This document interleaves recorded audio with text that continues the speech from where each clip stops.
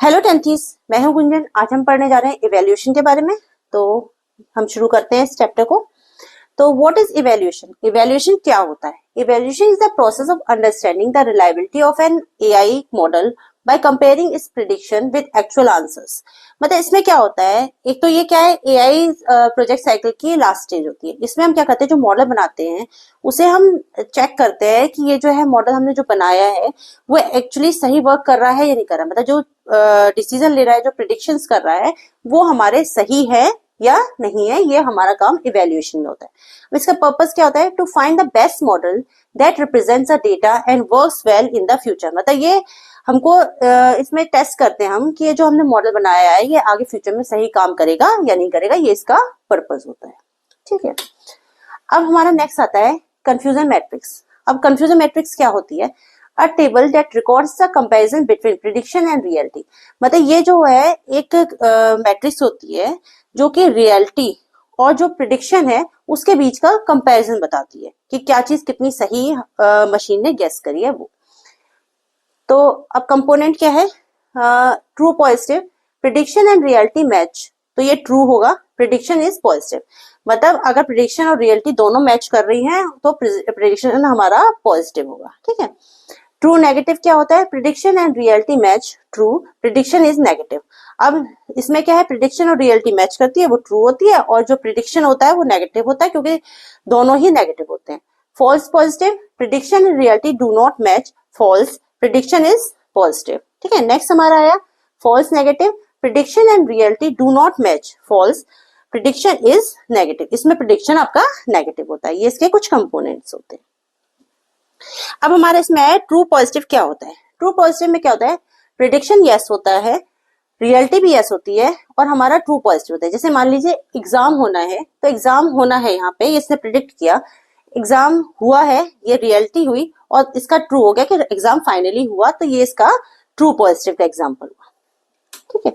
अब इसे true negative में क्या है, प्रिडिक्शन से क्या कि एग्जाम नहीं होंगे, रियलिटी में भी एग्जाम नहीं हुए, फाइनली एग्जाम नहीं हुए, तो ये आपका ट्रू हो गई सिचुएशन। अब हो गया फॉल्स पॉजिटिव। इसमें क्या होता है, प्रिडिक्शन उसने क्या यस कि एग्जाम होंगे, पर रियलिटी में एग्जाम नहीं हुए, तो ये आपका फॉल्स पॉजिटिव हो गया कि इसमें क्या होगा कि आपका एग्जाम नहीं हुआ है, तो ये आपका फॉल्स पॉजिटिव का हो गया। अब नेक्स्ट आता है क्या, फॉल्स नेगेटिव। इसमें क्या होता है, प्रिडिक्शन वो करता है कि नहीं होगा, लेकिन रियलिटी में एग्जाम हो रहा है, तो ये आपका फॉल्स नेगेटिव हो गया, तो ये आपका फॉल्स नेगेटिव का हो गया। अब यह एक टेबल है, इसको याद कर लीजिएगा, ये एग्जाम में पूछी जाती है। तो इसमें क्या है, कंफ्यूजन मैट्रिक्स में रियलिटी हमने यहाँ लिखा है, प्रिडिक्शन हमने यहाँ लिखा, यस नो यस नो। तो अगर प्रिडिक्शन यस है और रियलिटी यस है तो ट्रू पॉजिटिव हुआ, प्रिडिक्शन जो हमारा वो जो है यस है एंड रियलिटी नो है तो फॉल्स पॉजिटिव हुआ। फिर हमारा है प्रिडिक्शन अगर नो हुआ और रियलिटी हमारी यस है तो फॉल्स नेगेटिव हुआ। अब प्रिडिक्शन हमारा नो है और हमारी रियलिटी भी नो है तो ट्रू नेगेटिव हुआ। ये एक टेबल है इसकी, इसे अच्छे से याद कर लीजिएगा। फिर हमारा आता है इवेल्यूएशन मेथड्स। इवेल्यूएशन मेथड्स क्या होते हैं, किस तरीके से हम इवेल्युएट कर सकते हैं कि हमारा प्रेडिक्शन सही है या नहीं है, वो हम इसमें देखेंगे। एक्यूरेसी। एक्यूरेसी क्या है, percentage of correct prediction out of all the observation. मतलब सारी ऑब्जर्वेशन में से जो उसने प्रिडिक्शन किए हैं वो कितने सही हैं, ये हम इसमें देखते हैं एक्यूरेसी में। इसमें हमें इससे कोई मतलब नहीं है कि कितने पॉजिटिव प्रिडिक्शन है कितने नेगेटिव है, हम इसमें सारे ही प्रिडिक्शंस को लेके चलते हैं। ठीक है। एक्यूरेसी क्या हुआ, true positive, true negative, true positive, true negative, false positive, false negative का इस ऊपर सम करेंगे, इसका इनका फिर चारों का सम करेंगे, देन मल्टीप्लाई बाय 100 कर देंगे, तो ये हमारा इसका एक फॉर्मूला होता है एक्यूरेसी का। ठीक है। नेक्स्ट हमारा आता है, ये हमने एक एग्जांपल लिया है आपके लिए। ट्रू पॉजिटिव है आपका 50, ट्रू नेगेटिव है आपका 40, फॉल्स पॉजिटिव है आपका 5, फॉल्स नेगेटिव है आपका 5। फिर हम वही करेंगे, ट्रू पॉजिटिव और ट्रू नेगेटिव का पॉजिटिव हम ऊपर लेंगे, फिर true positive, true negative, true false positive, false negative, इसका हम नीचे लेंगे। तो मैं यहाँ पे वैल्यूज पुट कर दूंगी, वैल्यूज पुट करके हमारा जो आंसर आएगा उसमें हमारा 90% उसने सही प्रिडिक्ट किया है, ये हमारी एक्यूरेसी निकल आएगी। तो ये हमारा इसका हो गया।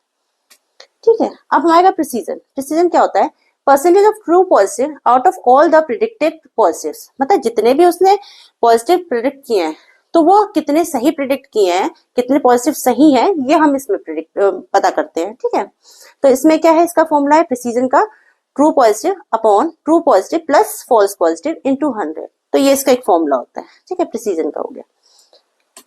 अब है रिकॉल। रिकॉल में क्या होता है, percentage of true positive out of all the actual positive, मतलब इसमें जितने उसने एक्चुअल पॉजिटिव बताए हैं, हाँ, वो जो है उतने में से कितने सही हैं हम ये बताते हैं, मतलब मशीन ने कितने सही आइडेंटिफाई किए हैं ये हम रिकॉल में देखते हैं। तो रिकॉल का फॉर्मूला होता है आपका true positive upon true positive plus false negative into 100, ये आपका रिकॉल का फॉर्मूला होता है, ठीक है।